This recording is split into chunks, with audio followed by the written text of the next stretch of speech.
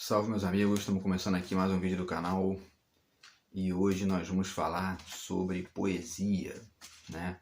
O título do vídeo de hoje vocês viram aí é Por que Poesia, né?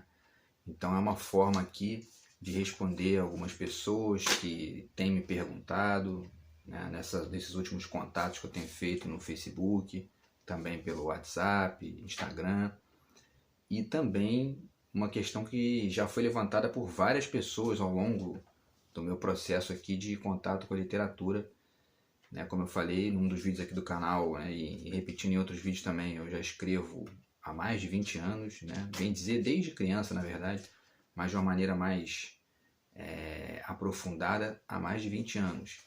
E, dentre outras coisas, poesia, né? Então os alunos já me perguntaram, né, enfim, por que você escreve poesia, né? E eu pensei num vídeo aqui para tentar responder essa questão e levantar alguns pontos interessantes ligados a isso aqui também, tá?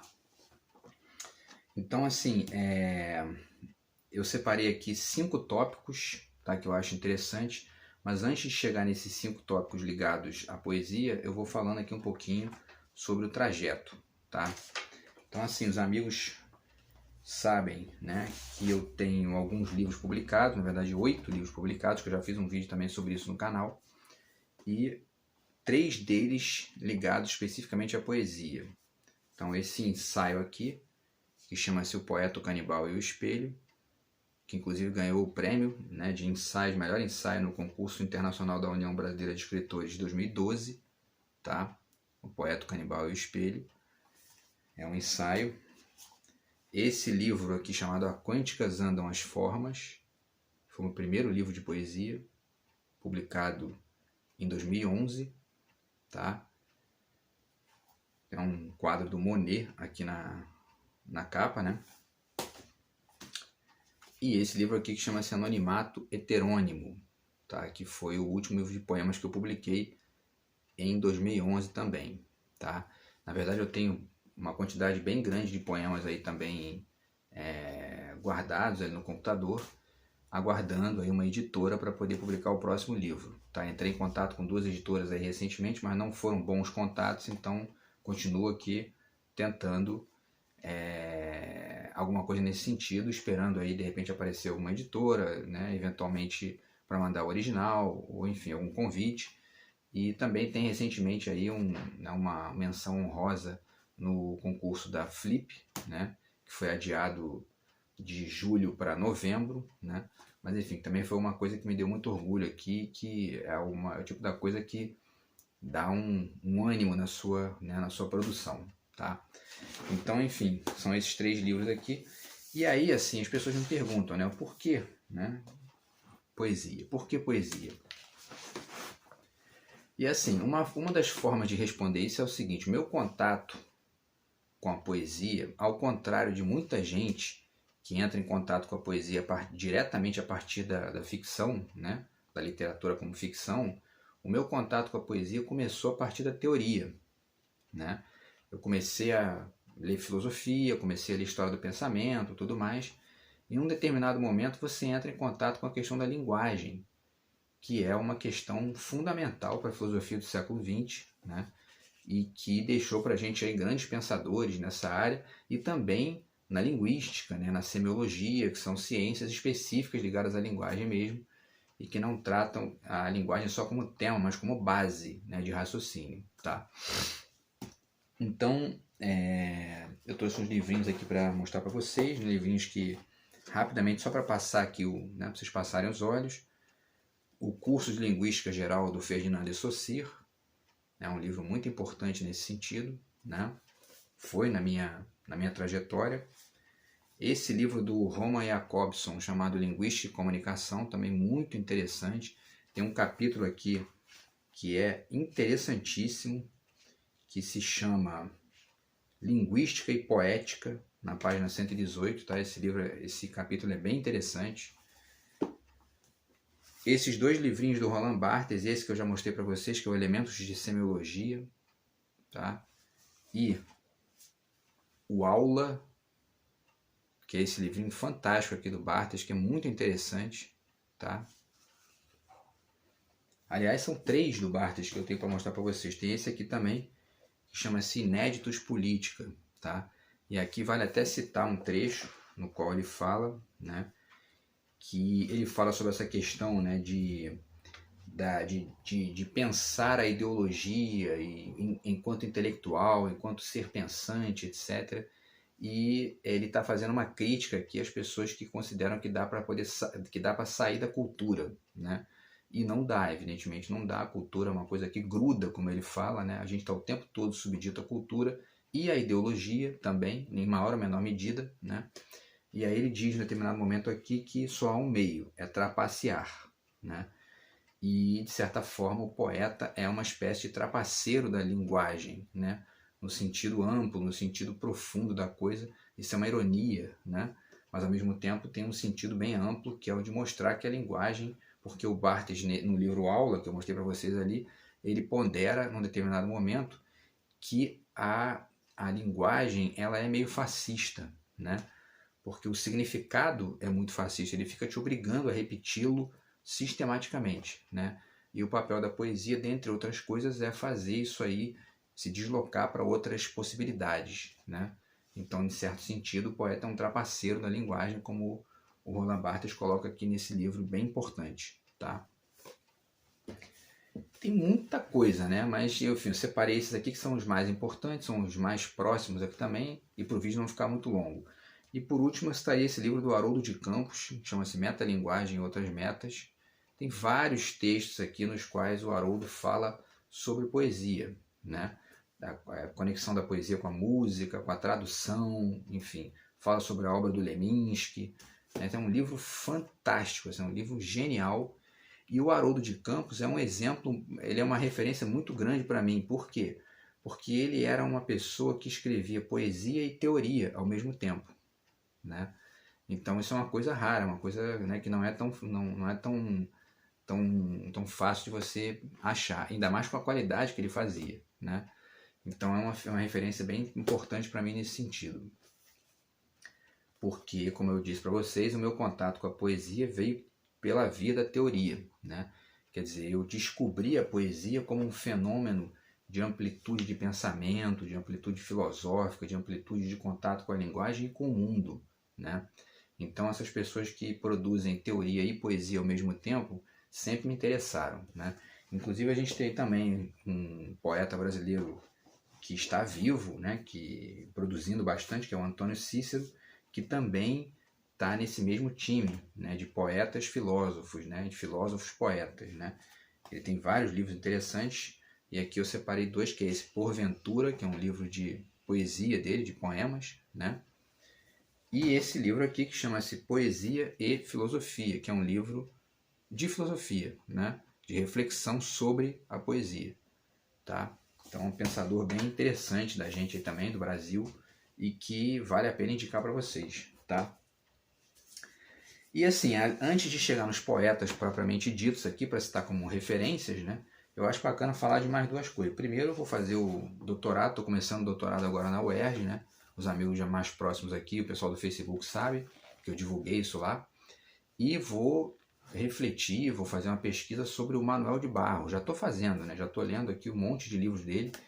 E o último que eu terminei foi esse aqui, o Guardador de Águas, tá? E já fiz várias anotações e tal. E é interessante, uma das questões interessantes é que o Manuel de Barros, ele fala muito da poesia, ele cita a poesia nos poemas dele, né? De maneira muito constante. E isso é uma coisa que, de certa forma, o livro do Haroldo de Campos chama-se Metalinguagem e Outras Metas. Isso é apelidado, de certa forma, em alguns momentos, como um exercício de metalinguagem. Né? Quer dizer, você dentro do poema falar sobre o fazer do poema. Né? Isso também me interessa bastante porque é um certo exercício filosófico embutido na poesia. Né?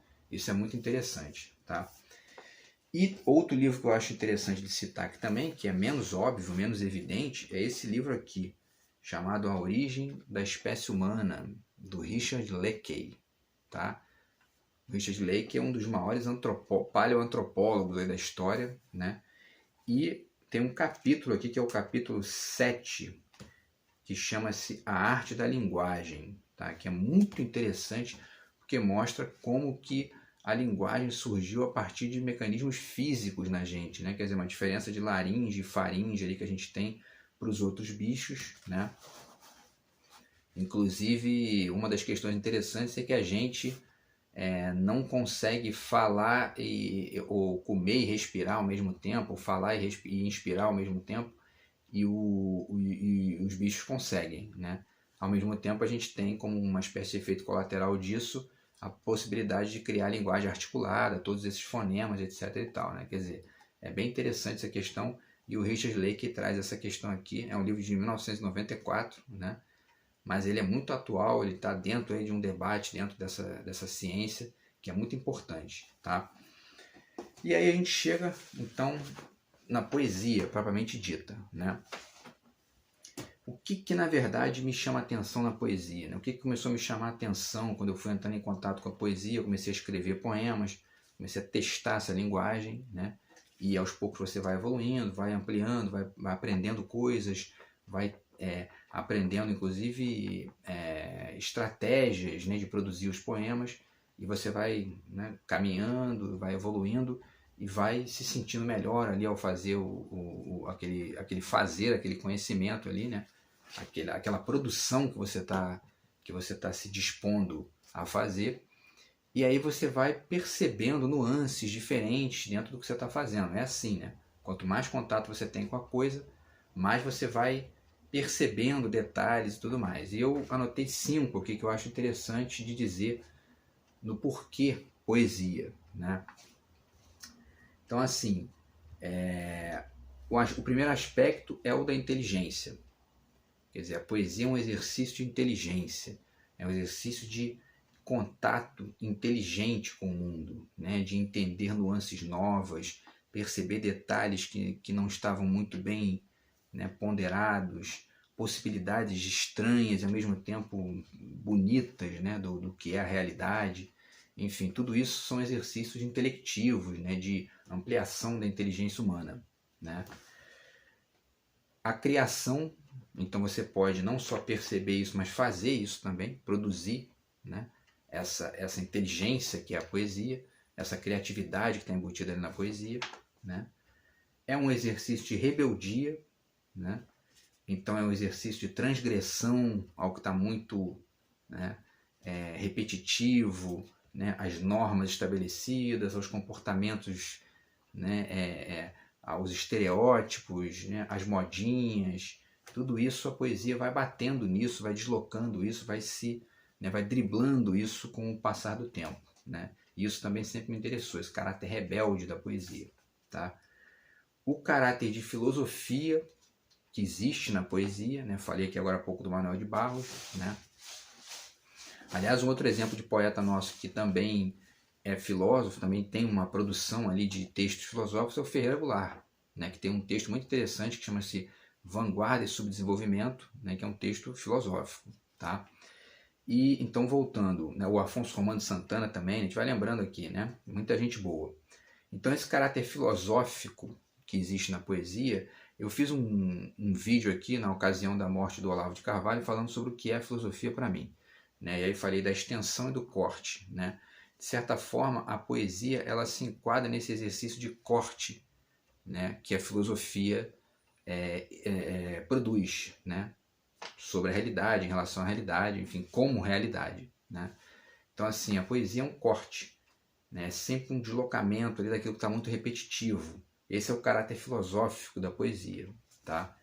E por último, assim, é uma quinta causa aqui, um quinto motivo, que é assim, é o saco cheio da rotina, né? Você começa ali a olhar as coisas, está muito, né, tá muito repetitivo, você, né, pô, tô de saco cheio de ficar repetindo isso aí, quer saber, eu vou fazer uma coisa diferente aqui, entendeu? E aí você vai, inventa uma coisa nova, desloca alguma coisa de lugar, né? Testa alguma possibilidade nova ali, alguma janela, né, de ampliação da realidade, e isso é também um exercício poético, tá? Vamos ver o tempo aqui. Então, esses são os 5 motivos, então, são as 5 conexões mais importantes que eu tenho com a poesia. É a inteligência, a criação, a rebeldia, a filosofia, e o saco cheio da rotina, né? E assim, aí vale citar alguns poetas aqui que eu acho interessante, porque para além desse exercício, porque a questão é a seguinte, né? Também tem um detalhe importante aqui para dizer. É curioso que muita gente, por que eu estou falando dessas questões de inteligência e tudo mais? Porque tem muita gente que olha para a poesia e acha o seguinte, oh, isso aqui, poesia é um exercício né? É falar de paixão, de sentimento, né? Ou então chorar as mágoas, também tem muita gente que faz isso, né? E tudo isso são exercícios legítimos, né? Claro, a pessoa está ali às vezes com algum tipo de sofrimento, vai escrever um poema, melhora, por mais bobo que seja o poema, enfim, aos olhos de quem estuda e tudo mais, mas é a vida da pessoa, ela faz o que ela quiser com isso. Agora, a poesia ela não é só isso. Esse é o problema, porque esse é um estereótipo, né, que se cria. Não, a poesia é um exercício de sentimentalismo e tudo mais. E não é só isso, é um exercício intelectivo, como eu ponderei aqui com vocês, né? É um exercício de inteligência, de tentar olhar o mundo com outros olhos, de ampliar os horizontes da mente, né? Das nossas ideias em relação ao mundo. E nesse sentido, ela tem inclusive um caráter até político, em certo sentido, na medida em que ela te abre, né, outros horizontes de pensamento, outras perspectivas, e você consegue enxergar o diferente, né? Isso é uma questão muito séria, muito importante, né? E tem gente aí querendo acabar com a literatura na escola, com a filosofia na escola, quer dizer, são os idiotas da objetividade, como dizia o Nelson Rodrigues, né?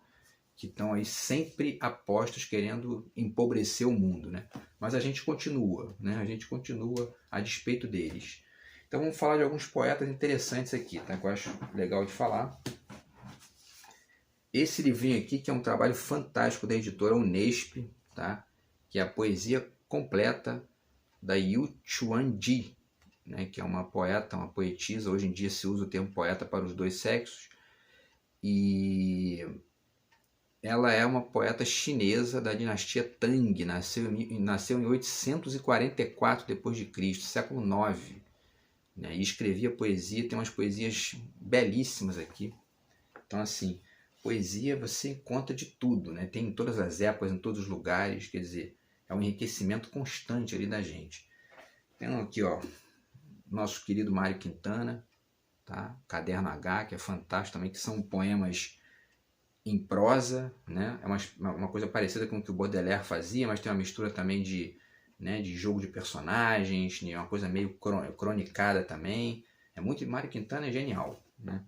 Uma das minhas referências. Tem esse livro aqui muito interessante, que é o Filosofia da Composição, do Edgar Allan Poe, que aqui nesse livro tem o poema... Esse livro aqui é sensacional, né? Das 7 letras. Ele tem O Corvo, o poema do Edgar Allan Poe em inglês. Tem o texto do Edgar Allan Poe sobre o poema, que aí também se insere nessa questão que eu falei da galera que produz poesia e ao mesmo tempo filosofia, né? Ele fez um texto filosófico sobre o poema, né? E tem o poema traduzido para o português por duas feraças, que é o Machado de Assis e o Fernando Pessoa, só isso, né? Então esse livrinho aqui é genial, gigante, né? É um livro fininho, mas gigante, tá? Para quem se interessa por poesia e aprofundar também a filosofia da coisa. E tem os poetas contemporâneos, que eu acho muito importante também a gente estar em contato, né, com a galera que está produzindo na nossa época, né, no nosso cotidiano ali, né, no nosso contexto, né? Então tem esse livro aqui, que é o Eu Me Chamo Antônio, que fez muito sucesso recentemente aí, que é um garoto aí que escreve poesia, que é bem interessante, né? Ele produz uns poemas curtos, assim, bem bacanas, tem uns jogos de linguagem legais ali, tá? Tem esse cara que eu gosto muito também, que é o Diego Moraes, e olha só o título, né, do livro dele, fantástico: A Solidão é um Deus bêbado dando ré num trator, né? Genial, assim, uma figura genial que ele criou aqui. Se não me engano, ele é do Amazonas, é um poeta bem legal também, que vale a pena citar, tá?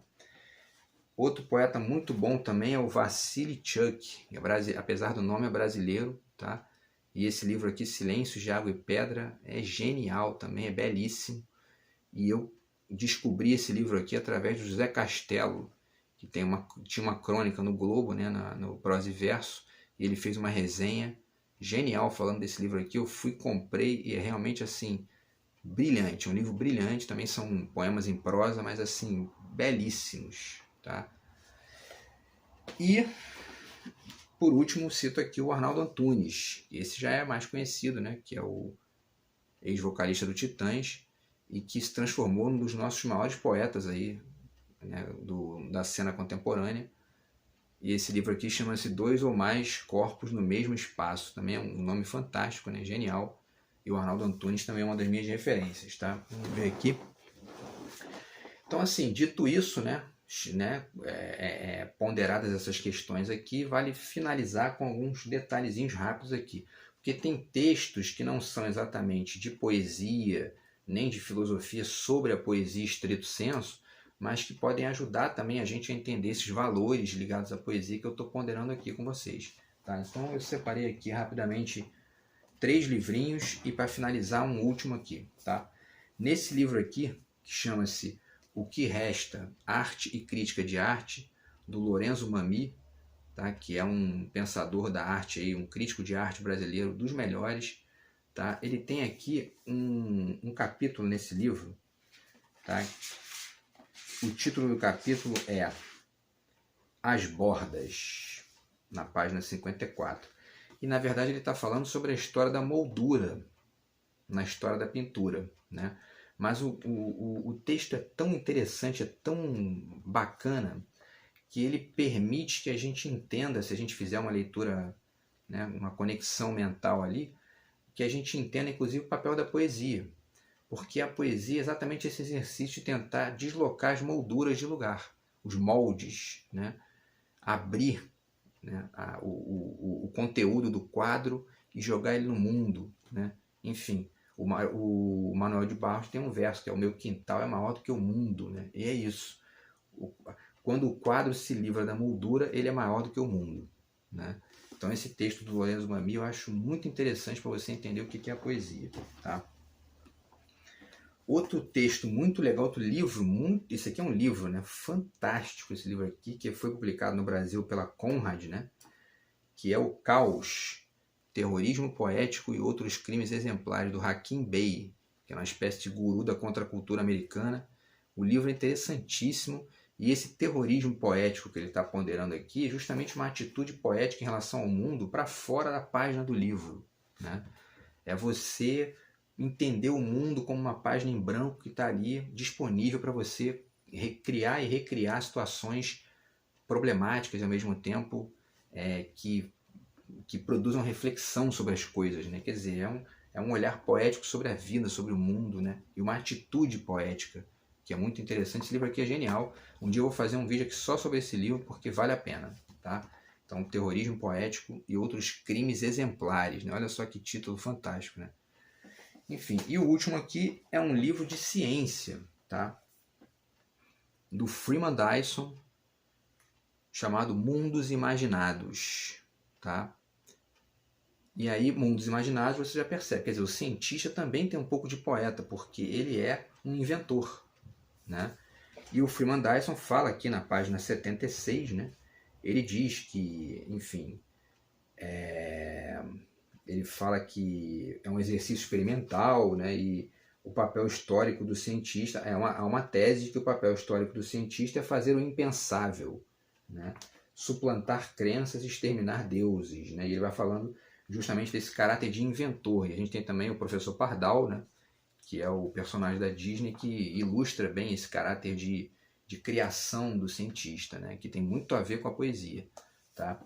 Vocês veem que a coisa não é tão evidente assim, né? Então, enfim, para finalizar, tá? Eu acho legal citar esse livro aqui do Elias Canetti, chama-se Sobre os Escritores, né? Para finalizar com chave de ouro aqui esse vídeo que eu acho interessante sobre, né? Que eu acho que é um tema interessante aqui sobre a poesia, né? Por que poesia? E o Elias Canetti, ele me ajuda a responder aqui, a fechar essa resposta aqui para vocês com 2 trechos interessantes. Num deles, ele fala que a verdadeira missão dos poetas, né, deveria ser, né, ser capaz de se transformar em qualquer pessoa, mesmo a menor, a mais ingênua, a mais impotente. Seu prazer em reviver dentro de si mesmos as experiências dos outros, jamais poderia ser determinado pelos meios dos quais consiste nossa vida normal, por assim dizer, oficial. Esse prazer deveria ser totalmente isento da intenção de almejar êxito ou fama, deveria ser uma paixão em si, justamente a paixão da transformação, né? É a transformação das coisas, né? E aí eu fecho com uma frase genial dele, que talvez seja uma espécie de resumo aqui, e a gente termina, na verdade, o vídeo com 2 pontos, aí para você continuar, né, poetizando a partir da sua perspectiva aí de um observador, mas não um observador passivo do vídeo, mas um observador que está pensando junto aqui com o que está sendo dito. E o Elias Canetti termina dizendo que tem um capítulo do livro dele, na página 27, cujo título é "O que um poeta não vê, não aconteceu". Certo? Então acho que isso resume bem a questão e eu deixo isso para a reflexão de vocês aí, tá? Espero que vocês gostem do vídeo, que traga bons pensamentos aí, boas influências, e a gente se fala no próximo vídeo aqui do canal, beleza? Abraços aí e até a próxima. Valeu!